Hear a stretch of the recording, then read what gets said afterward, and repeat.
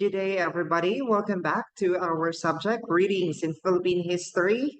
And this is the final chapter of our subject. So this is the final chapter that centers on the application of skills acquired in previous chapters for historical writing. And also this chapter, it serves as the last discussion of our exploration of this subject matter. So our chapter 5 is all about doing history, a guide for students. So before anything else, let me share with you on board the learning objectives of chapter 5. First is to manifest interest in local and cultural heritage. Second is to apply. We're going to apply historiographical methods in writing the history of one's locality or country. Third is to incorporate technology in the discipline of history. And lastly is to appreciate the value of doing history to the present day.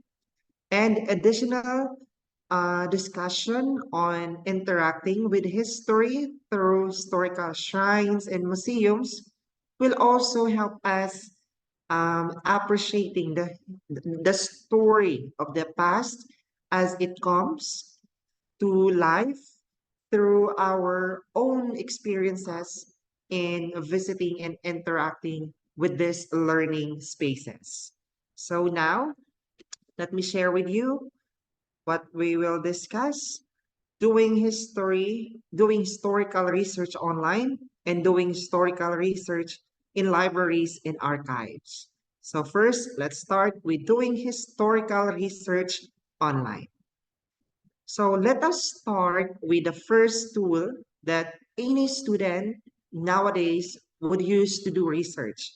We are referring here the internet.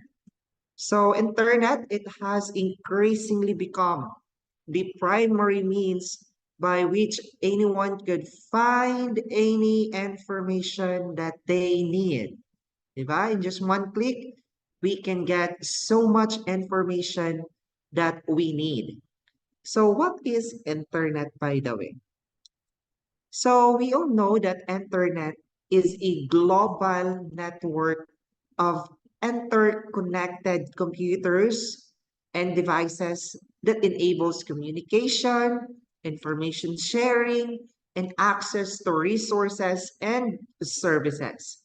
And also, internet, it allows users or kamo to send and receive data in a various forms, such as text, images, videos, and more, through a system of protocols and, of course, following a standard. So that is internet. So with a single click, students, kamo, are able to access tons and tons of available information.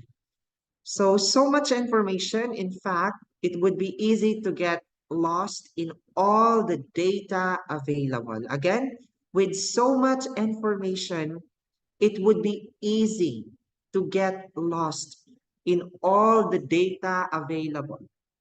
Diba?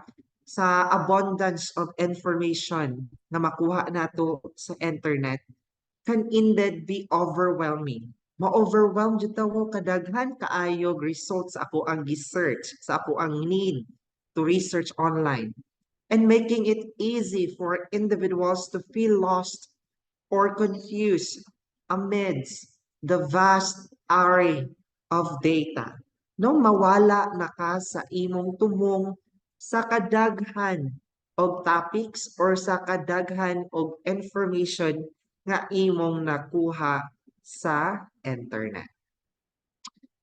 Cyberspace is a great resource for research if you know how to use it properly. And remember that just because of information is available does not mean you should just get it and use it right away. appropriating something such as an idea as yours is considered plagiarism, no? Gihapon ni siya, existing gihapon ni siya nowadays ang plagiarism, no? Which is one of the worst crimes in the academy, ang plagiarism.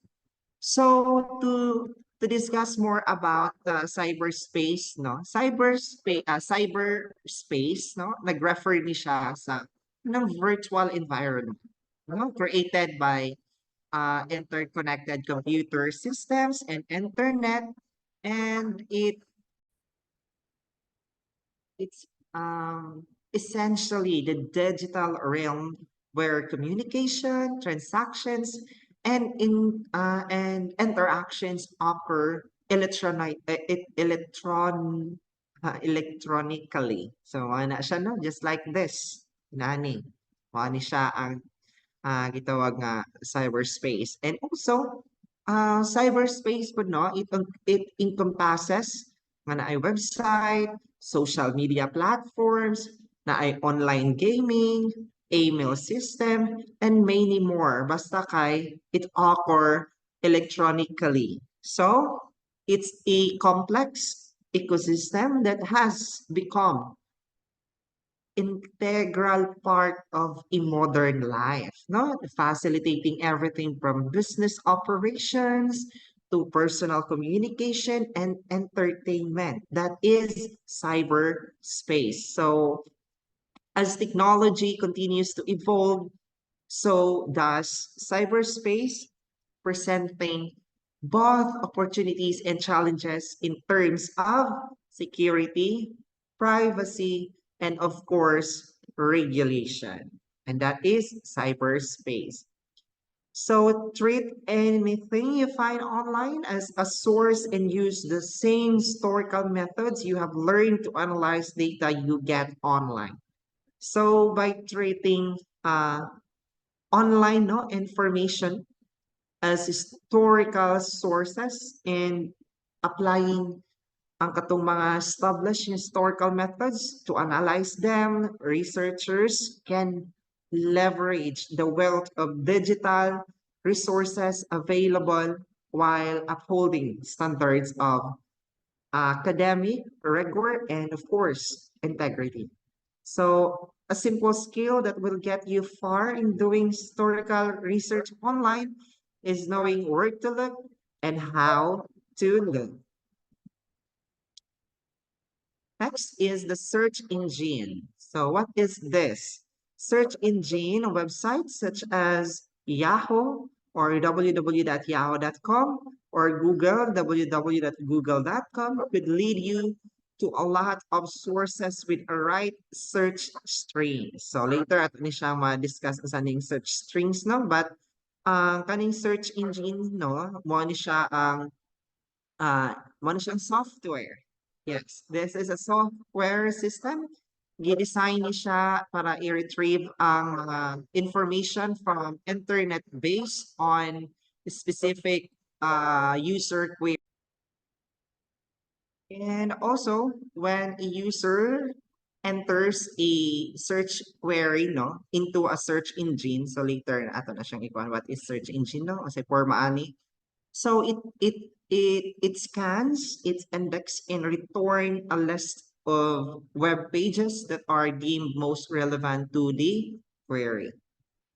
And a research string, mo na itong giingon kagaina, ang research string, no, mo na siya ang combination of words that you use, nga mo na imong gigamit to come up with a relevant result that lead you to what you are looking for. Mo na imuhang i-type dito sa search engine. So, mo ni siya, oh.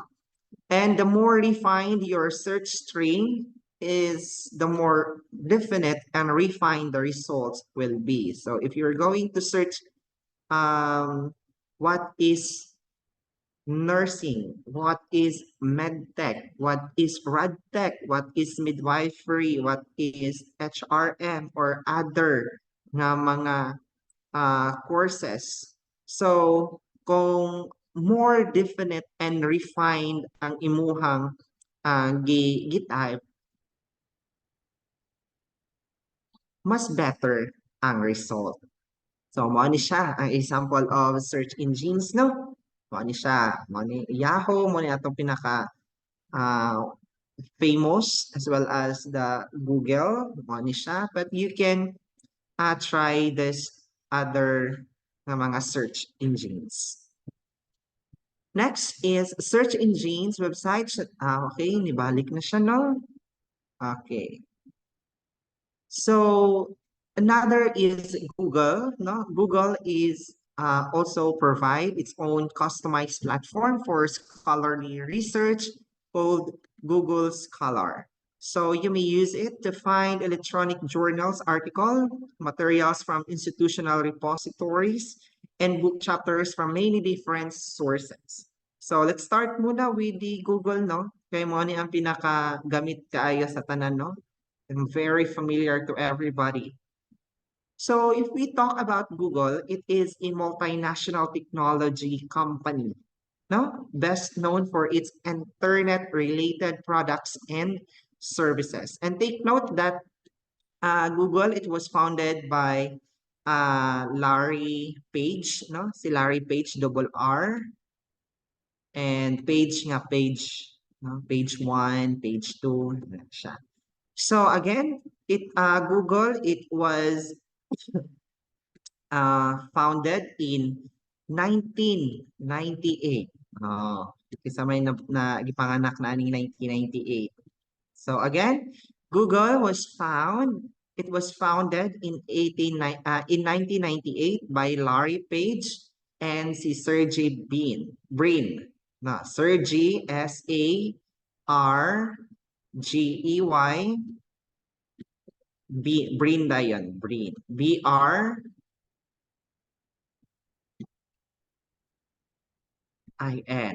So, maano siya. Okay? Take note ni, kaya magawas ni siya sa ato ang examination. Again, Google, it was founded in 1998 by Larry Page and Sergey Brin while they were PhD students at Stanford University in California. So Google's mission, ang mission ng Google, no, is para ma-organize ang world's information and make it universally accessible and useful to everybody. While this Google Scholar, Google Scholar, it is a freely accessible web search engine that indexes the full text or metadata of scholarly literature across an array of publishing formats and discipline. And ang kaning Google Scholar, no, na-launch ni siya in 2004 nga nag-provide of a very simple way to broadly search for scholarly articles, thesis, books, conference, papers, and patents, and many more. So, sample photos of Google and Google Scholar. So, this is Google, no? Muna ito makita when we search something on Google, and this is the front page, of Google Scholar.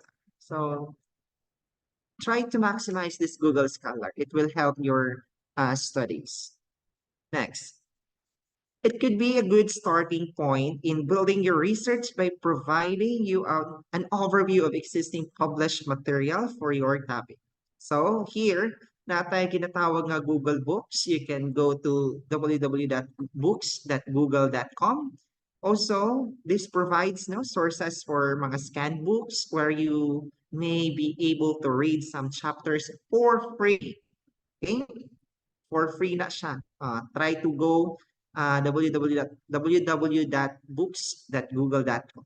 So, Google Books, no, it is a service provided by Google that allowed users to search, browse, and preview the full text of millions of books digitized by Google. And it was launched as well in 2004 with the goal ani niya is making the world's book accessible and searchable online. So sample photo, ni siya ang Google Books. Next. This could be useful if you want to know if a certain book would be useful to your research before going to a physical library to loan the book or photocopy pages of it. And sometimes a simple research online is all you need to find the data you need. And most often, one of the first results that will come up in our mind now will be the pages from Wikipedia. And Wikipedia is the biggest open source encyclopedia in the whole of cyberspace. I know everybody knows this.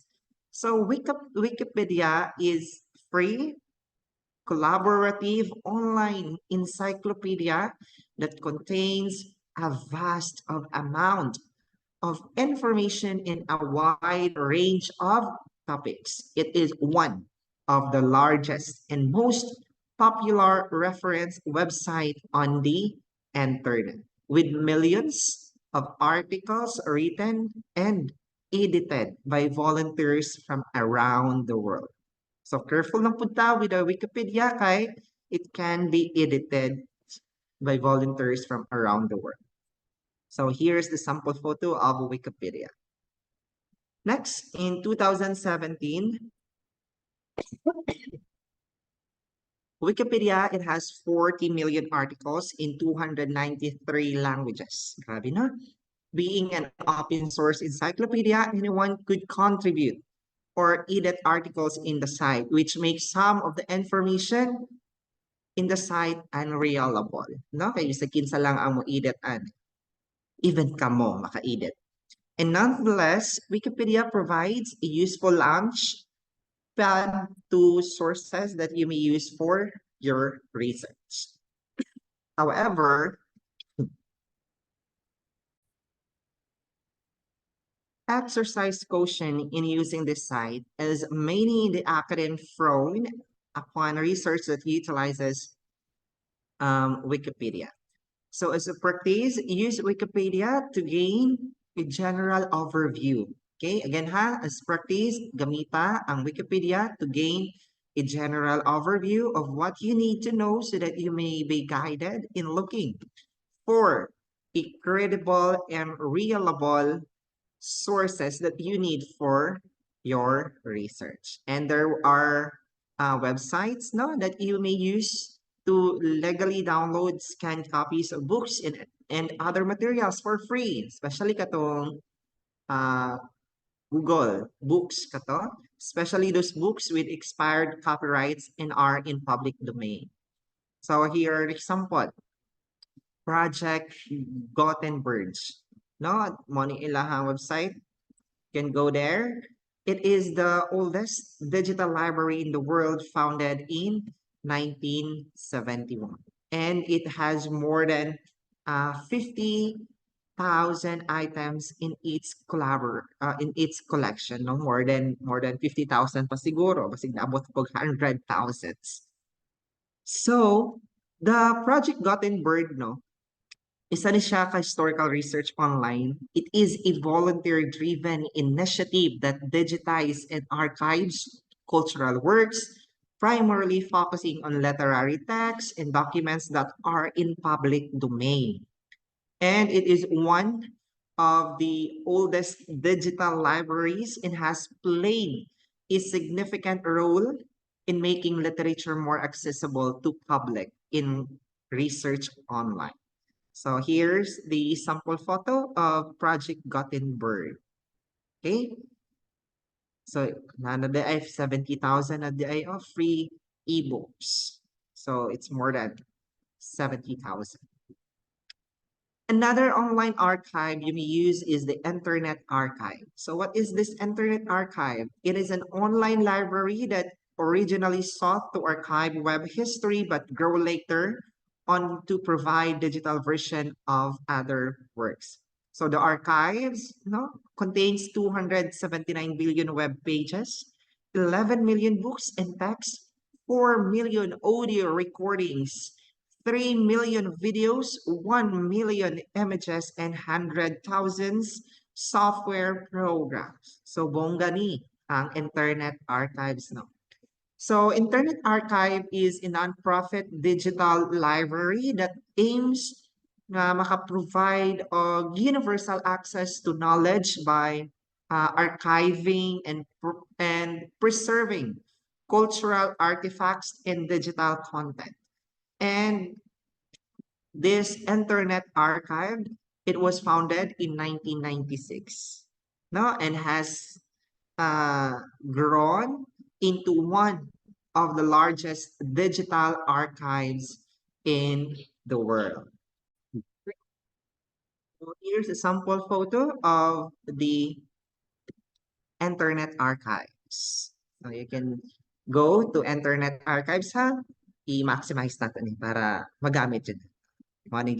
It's a non-profit library of million of free books, movies, the movies, no software, music, website, and more. So later, after watching this video, try to go on Internet Archive.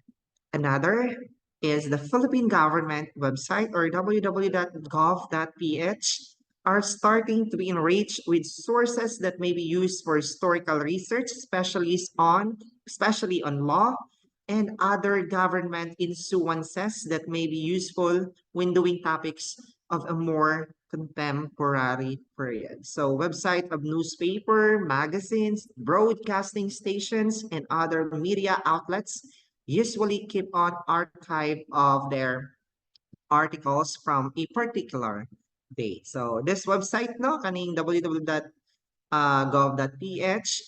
serves as the central hub for information and services provided by the government of the Philippines. So here's the sample photo. Yan. So overall, no, doing historical research online, it complements traditional methods and expands the possibilities for studying and interpreting the past.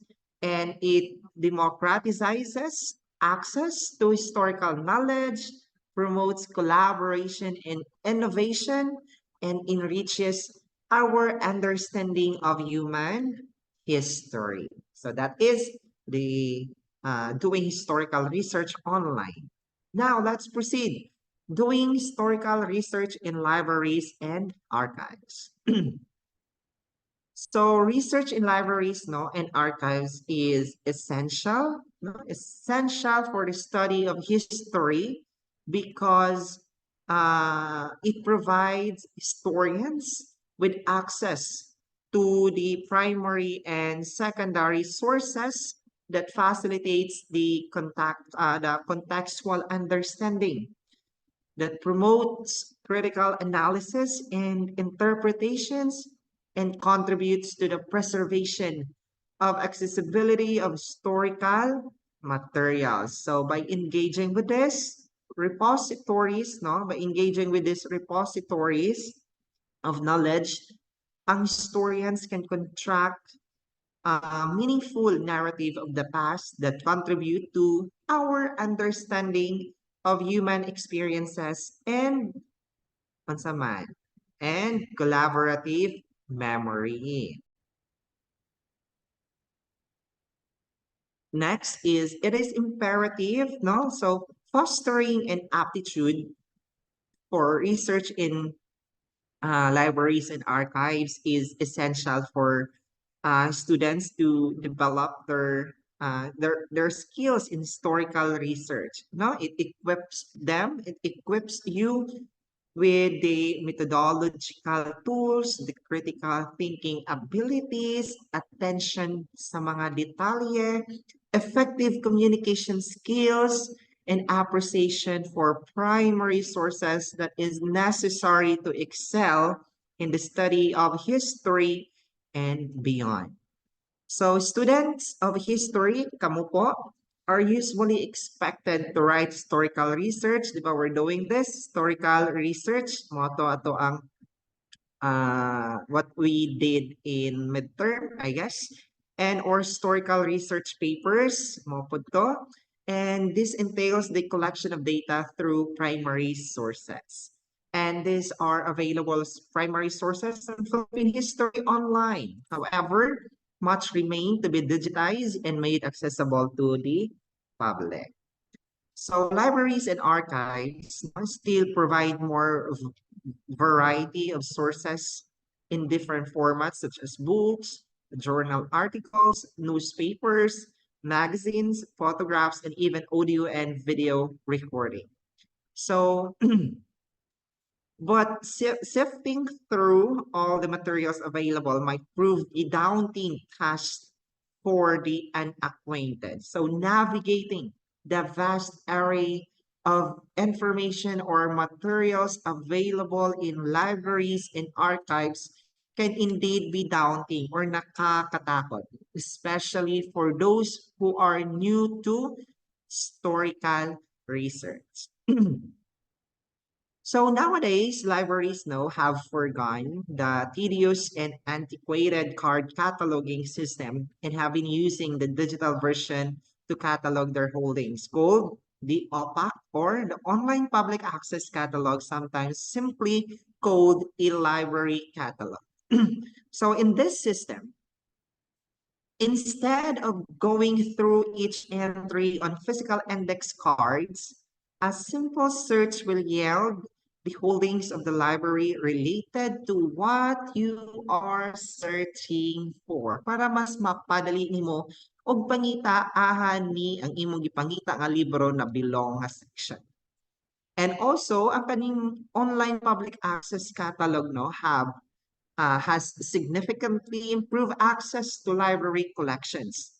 Gi-streamline niya ang research process, gi-enhance niya ang user's experience in ways that were not possible with traditional card catalog systems.